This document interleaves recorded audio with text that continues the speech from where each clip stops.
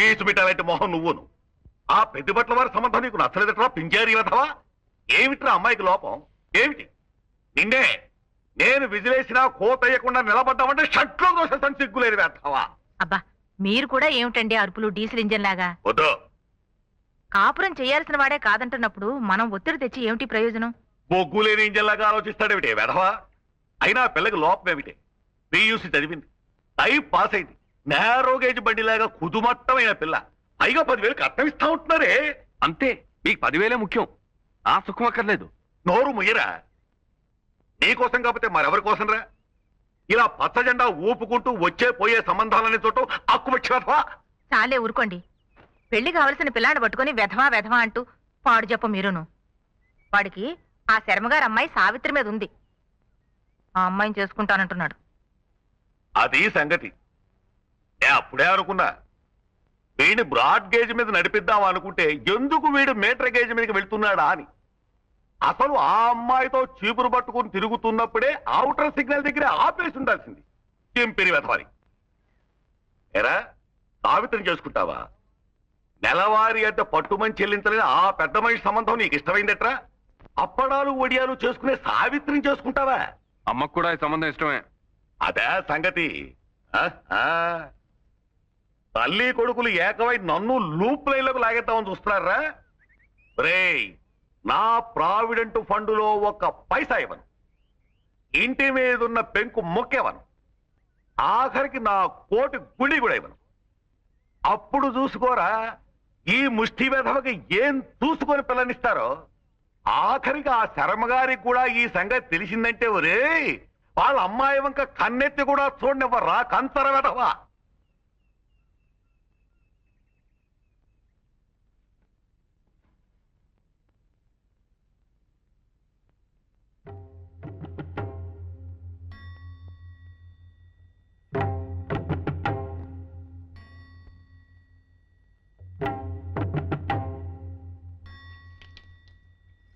సావిత్రి, ఓసారి ఇలా రండి. రండి.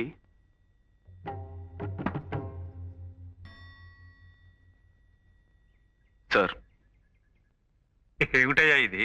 ఇంత పెద్ద నమస్కారం చేస్తున్నావు? చెప్తానండి.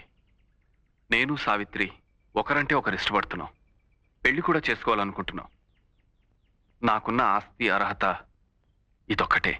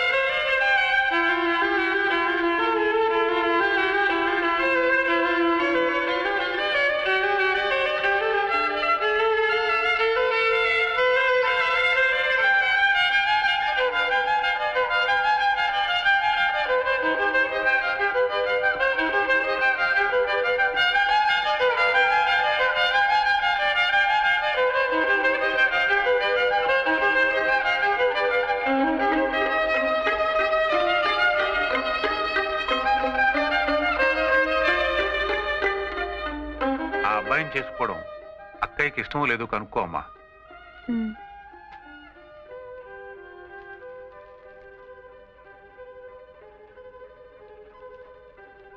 నాన్న చెప్పింది విన్నావుగా?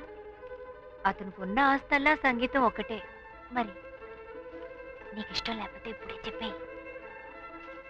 నాకున్న ఆభరణం కూడా ఒక్క సంగీతమే.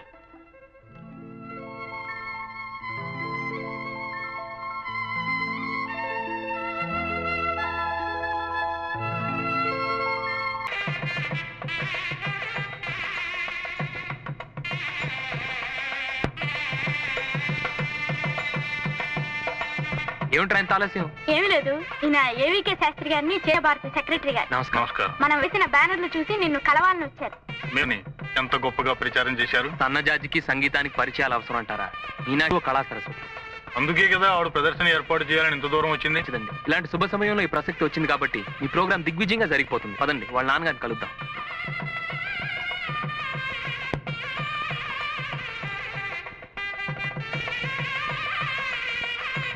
ఏమండి మీకు తెలుసా, మీ డాన్స్ ప్రోగ్రామ్ బ్రహ్మాండంగా ఏర్పాటు చేస్తున్నారు.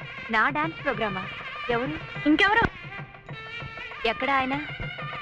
ఏమండి, మీ నాన్నగారు రమ్మంటున్నారు.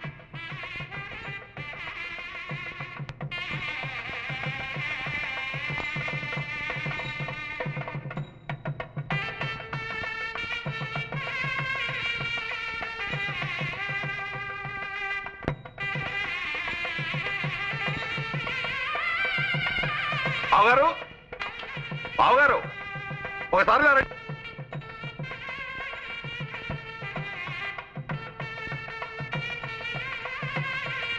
బావగారు, మీనాక్షి నృత్య ప్రదర్శన ఏర్పాటైంది. ఏమ్మా, చాలా సంతోషం. బావగారు, ముహూర్తం అయ్యే వరకు భోజనకు అందరం ఆగుదామా, లేక పిల్లా జలాన్ని కానిచ్చేయమంటారా? అలాగే కానిచ్చేయండి. చాలా అదృష్టం అమ్మా. అమ్మా, మీనాక్షి నృత్య ప్రదర్శన ఏర్పాటైంది. తర్వాత చెప్పొచ్చు కదా నాన్న. అవునా? ఆ సంగతి తర్వాత చూడొచ్చు, ముందు కానీ.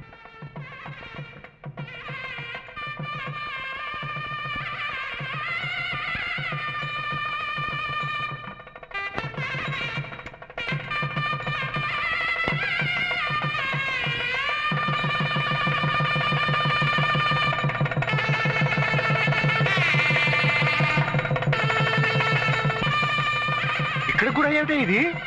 వధూవరులకి ఆర్తిద్దామనండి, ఉండండి. కళకళాడేవాళ్ళు మర్చి మారిపోతారే. అబ్బా, ఇప్పుడు వైరప్ప. ఇదిగో బాబు, ఆ మైక్ ఇలా తీసుకురా, ఇక్కడ పెట్టు. అయ్యో, మైకి సంగతి అది మేము చూసుకుంటామండి, అది మాకు అలవాటే. కానీ మీరే చూడండి. వస్తారులేండి, మీరు కంగారు పడకండి. అబ్బా, రారని కాదండి, టైం దాటిపోయిన తర్వాత వస్తే మా సభ్యులు మా టొపేరా లేపేస్తారు. అదే నా కంగారు. ఏంటి అబ్బాయిని తీసుకురాలేదు? ఇవాళ విరోచనాలకు మందేశం, కొంచెం గొడవ అవుతుందని. ఇది కొంచెం పట్టుకోండి. ఇక్కడ కూడా తెచ్చావెందుకు ఇవి? హారతిద్దామని. వైరప్ప, అమ్మాయి మొట్టమొదటిసారిగా నాట్యం చేస్తుంది కదండి, అందుకని. బాగుండదే. కళాక్షేత్ర ప్రిన్సిపల్ గారు, అమ్మాయి నాట్యం చేస్తున్నసరికి మీ సంతోషానికి పట్టపగ్గాలు.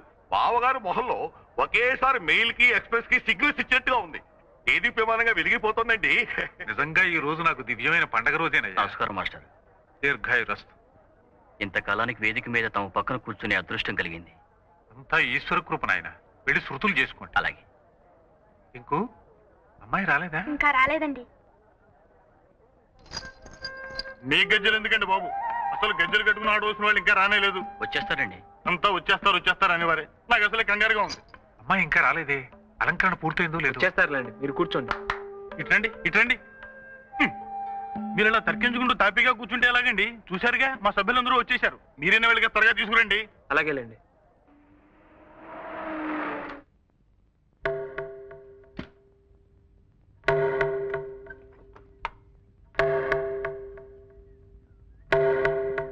అదేమిటండి, ఇంకా పూలతోనే ఉన్నారు? ఇదిగో అయిపోయిందండి, మీన డ్రెస్ వేసుకుంటోంది.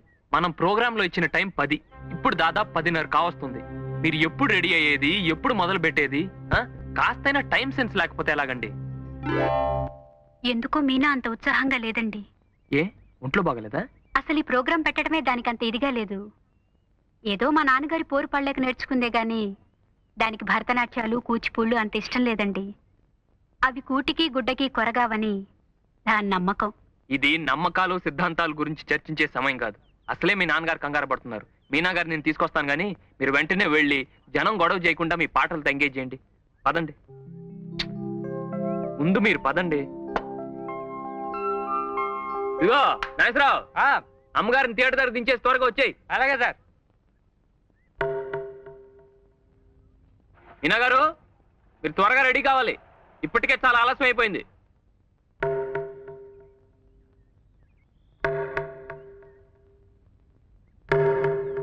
పూలున్నాయి, తీసుకురామంటారా? మీనా గారు, మీనా, ఏమండి? ఏమిటండి ఇది? మేమంతా కంగారు పడుతుంటే మీరు ఇంకా ఇలాగే ఉన్నారంటే అర్థం ఏమిటి? చంద్రం గారు, గుర్రాన్ని చెరువుదాకా లాక్కెళ్ళొచ్చు గాని దాని చేత బలవంతంగా నీళ్లు తాగించలేమన్న సామెత మీకు తెలుసా? తెలీదు, కానీ రౌతు కొద్ది గుర్రం అన్న సామెత తెలుసు. సరేలేండి, ప్రోగ్రామ్ అయిపోగానే బోల్డెన్ సామెతలు చెప్పుకుందాం. ముందు మీరు రెడీగా అండి, మనం 5 నిమిషాల్లో వెళ్ళిపోవాలి. అసలు మీలో ఏ స్వార్థము లేందే నా చేత బలవంతంగా నాకిష్టం లేని పని ఎందుకు చేస్తున్నారు? ఇందులో బలవంతం ఏముందండి? మీరు దొంగతనం చేస్తున్నారా, దోపిడీ చేస్తున్నారా? మీకు వచ్చిన కళని 10 మంది చూసే అవకాశం కలిగిస్తున్నారు, అంతే కదా? నేనేం 10 మంది కోసం బతకాలనుకోవటం లేదు, నా ఆనందం కోసం బతకాలనుకుంటున్నాను. నా జీవితం సుఖంగా గడిచే అవకాశం కోసం ఎదురు చూస్తున్నాను. ఇప్పుడు నా కాళ్ళకి ముళ్ళ కంచెలు కట్టి నిప్పుల మీద ఆడించాలనుకుంటే నేను సహించలేను. మీనాక్షి గారు, ముంగిట్లో ముగ్గుల మధ్యనున్న గొబ్బెమ్మను చూసి ఒక పేడ ముద్దని అసహించుకునే వాళ్ళకి మనం చెప్పేది ఏముండదు. వాళ్ళ సంస్కారం అంతేనని సరిపెట్టుకోవటం తప్ప.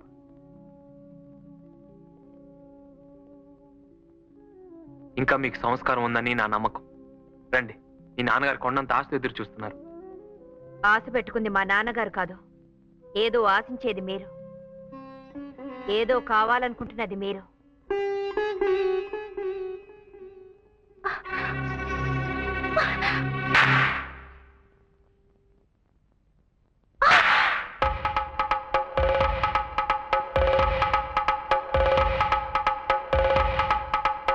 నేను పచ్చదిండా ఊపి విజిలేసేస్తాను. రండి సార్.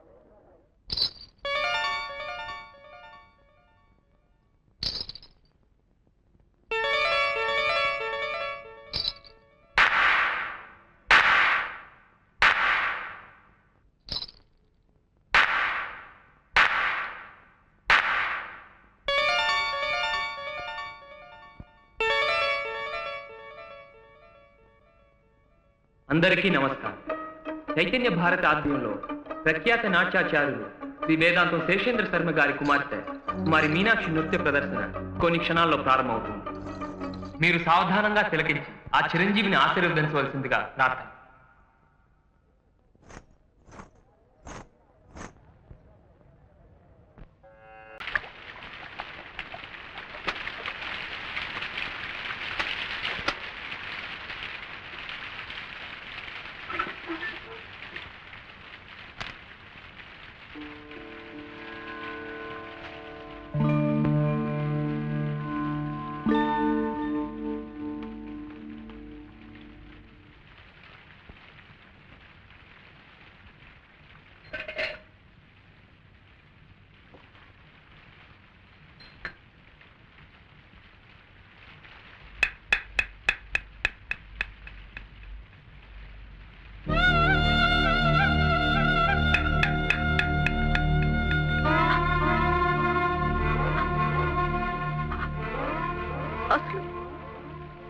అసలు చంద్ర ఎవరు? మన విషయంలో జోక్యం చేసుకోవడానికి నాకిష్టం లేదని తెలుసు కూడా ఎందుకు ఆ డాన్స్ ఏర్పాటు చేయాలి? బలవంతంగా ఊరికమ్మ మీదకి లాక్కెళ్ళినట్టు నన్ను ఎందుకు ఆ స్టేజ్ మీద పడేయాలి? అతనికి ఏదో బుద్ధి చెప్పాలనే కక్షతో అలా చేసేనే కానీ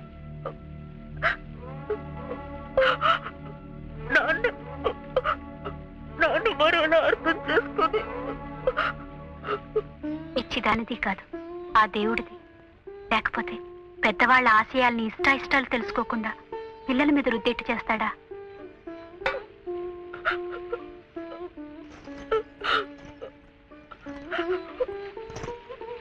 ఇక నీకు ఇష్టం లేని పని ఎవరూ బలవంతంగా చేయించరు. ఆయనతో చెప్పి ఏ ట్యూటోరియల్ కాలేజీలోనూ చేర్పిస్తాను. నీ కోరిక అదే కదా? ఓ డిగ్రీ వచ్చాక మిగతా విషయాలు ఆలోచిద్దాం. భాగ్యలక్ష్మి గారి చెల్లెలు డాన్స్ నేర్చుకుంటుందిట. వాళ్ళు గజ్జలు కొనుక్కోవాలనుకుంటున్నారు. ఇవిరా.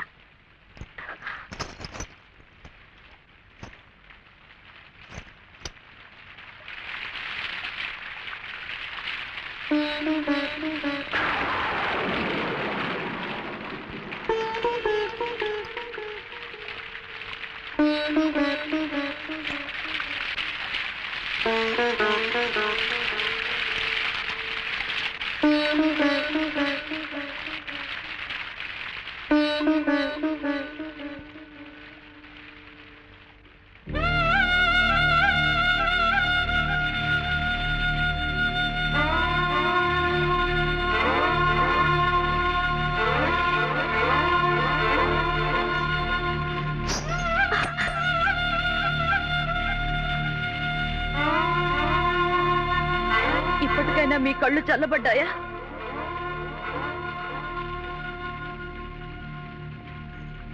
నా కాళ్ళకి గజ్జలు కట్టకపోతే ఆ నటరాజుకే ద్రోహం జరిగినట్టు ఆ రోజు తెగ బాధపడ్డారు. నాట్యం నాట్యం అంటూ నా వెంట పడ్డారు, వేధించారు, నా ప్రాణం తీశారు, ప్రోగ్రాం పెట్టారు. ఏమైంది? ఇప్పుడు ఎవరికండి నష్టం జరిగింది? మీకే. ఏం జరిగినా ఏమీ పట్టనట్టు రంగులు పొలుముకుంటూ కూర్చున్నారు. కానీ మాకు జరిగిన నష్టాన్ని ఎవరు పొడుస్తారండి? పోయిన మా నాన్నగారిని ఎవరు తీసుకొస్తారు?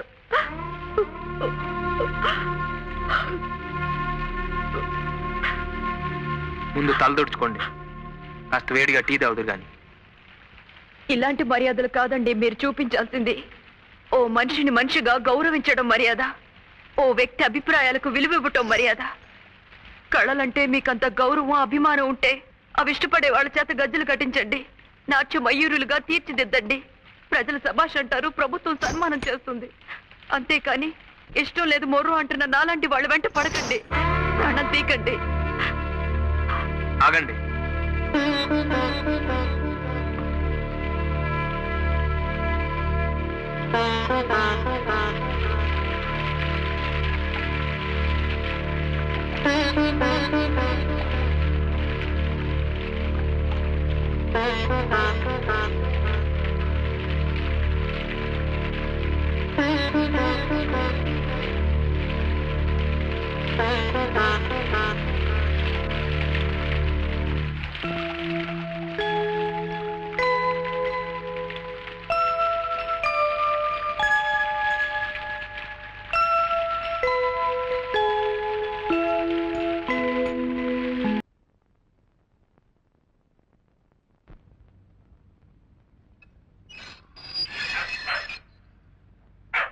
Caesar? Caesar?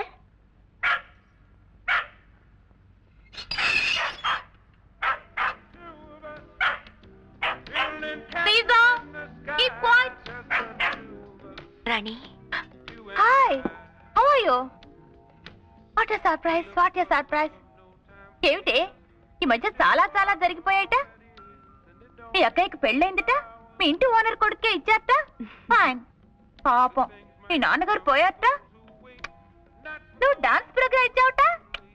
నీ ఇంటి పక్కనే మేడ మీద ఒక అబ్బాయిట, అతనికి నీకు ఏదో ఇదిట. ఏమిటే నేను ఇన్ని ప్రశ్నలు అడుగుతూ ఉంటే అన్నిటికీ కలిపి హోల్సేల్ గా ఒక చిరునవ్వా సమాధానం? నువ్వు కూడా నన్ను ఏదైనా అడగొచ్చు కదటే. అర్థం చేసుకో, అడగటానికి ఏముంటుంది? నువ్వేమో లక్షాధికారివి, నీ భర్త గారేమో అమెరికాలో పెద్ద ఇంజనీరు. అత్తమామలు లేరు, ఆడబడుచులు లేరు, మేమిద్దరం. మాకిద్దరే చాలనుకుంటున్న వాళ్ళం. అది సరే గాని ఊరికే రారు మహానుభావి అని ఏమిటే? ఏమిటి విషయం? ఏమి లేదు, మీ వారు ఫ్రెండ్స్ కొంతమంది సాగరికాని పెద్ద హోటల్ పెట్టారట. అందులో ట్రైనీస్ గా కొంతమందిని తీసుకుంటున్నారట. అంటే నువ్వు ఉద్యోగం చేస్తావా?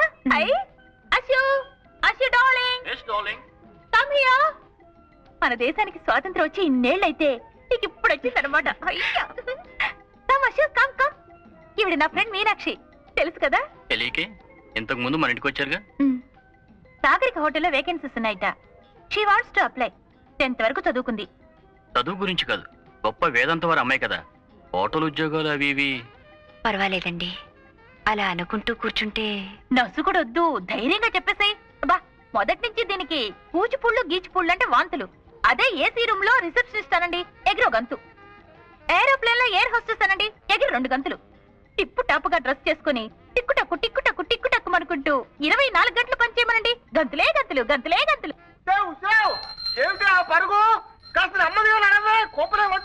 మనం వెళ్లేలోపు హారతి కర్పూరం అయిపోతుంది. అమ్మాయి ఆఫీస్ ఏంటి బాబు, ఏటైనా అలా ఉరుక్కుంటూ వచ్చేస్తున్నారు. ఊళ్ళో పెళ్లి అవుతుంటే ఎవరికో హడావిడని అబ్బాయిడు తలిపేసిందండి. అమ్మ సావిత్రి, అమ్మ మీనా. ఏమిటండి?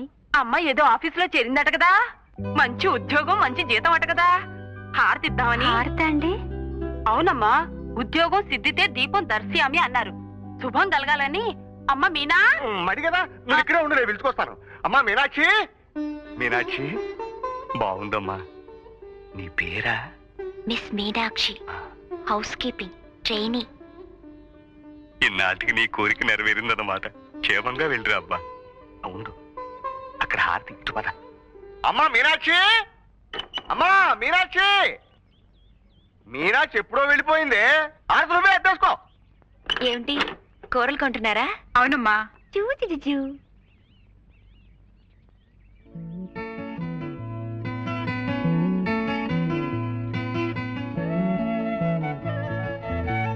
Good morning. కంగ్రాచులేషన్స్. చాలా స్మార్ట్ గా ఉన్నారు. Auto auto.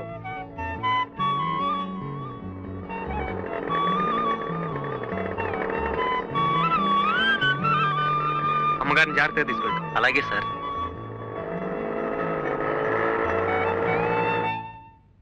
Come in. Good morning sir. Morning.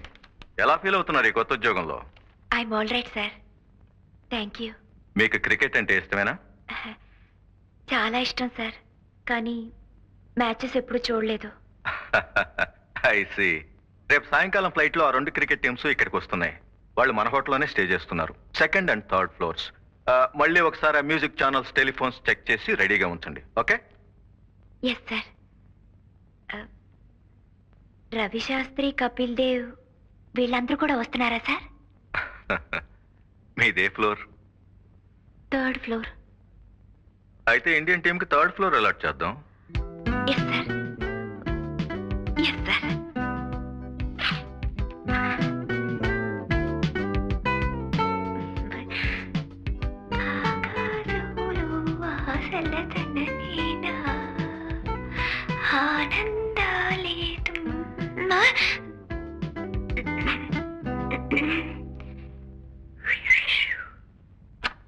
Good morning sir.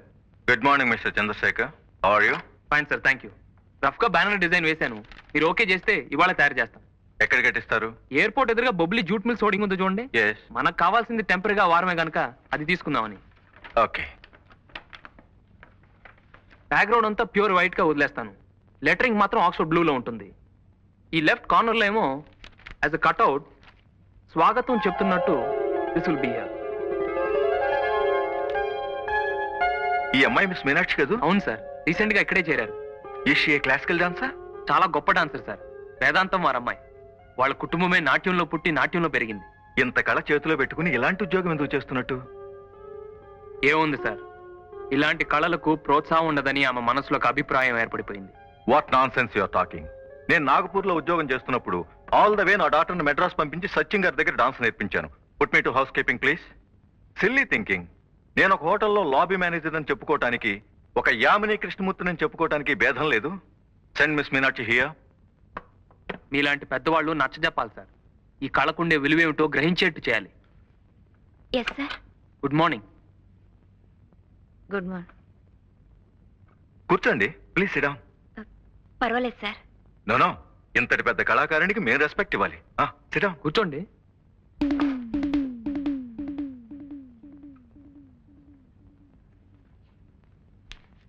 ఈ ఫోటో మీదేనా? Yes sir. ఇంత పెద్ద క్లాసికల్ డాన్సర్ అయి ఉండి ఈ జాబ్ నీకెందుకమ్మా? I'm dismissing you right now.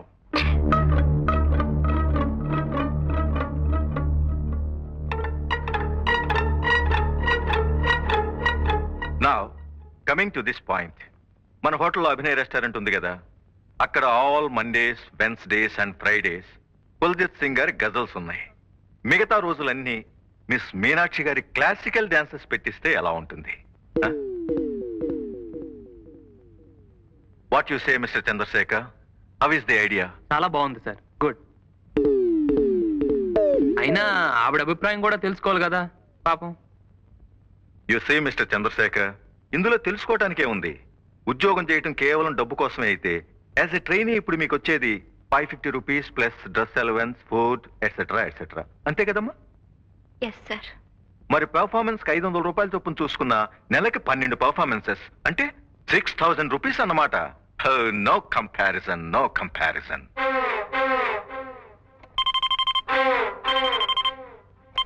Operator, please don't disturb me for 5 minutes. Okay? Good.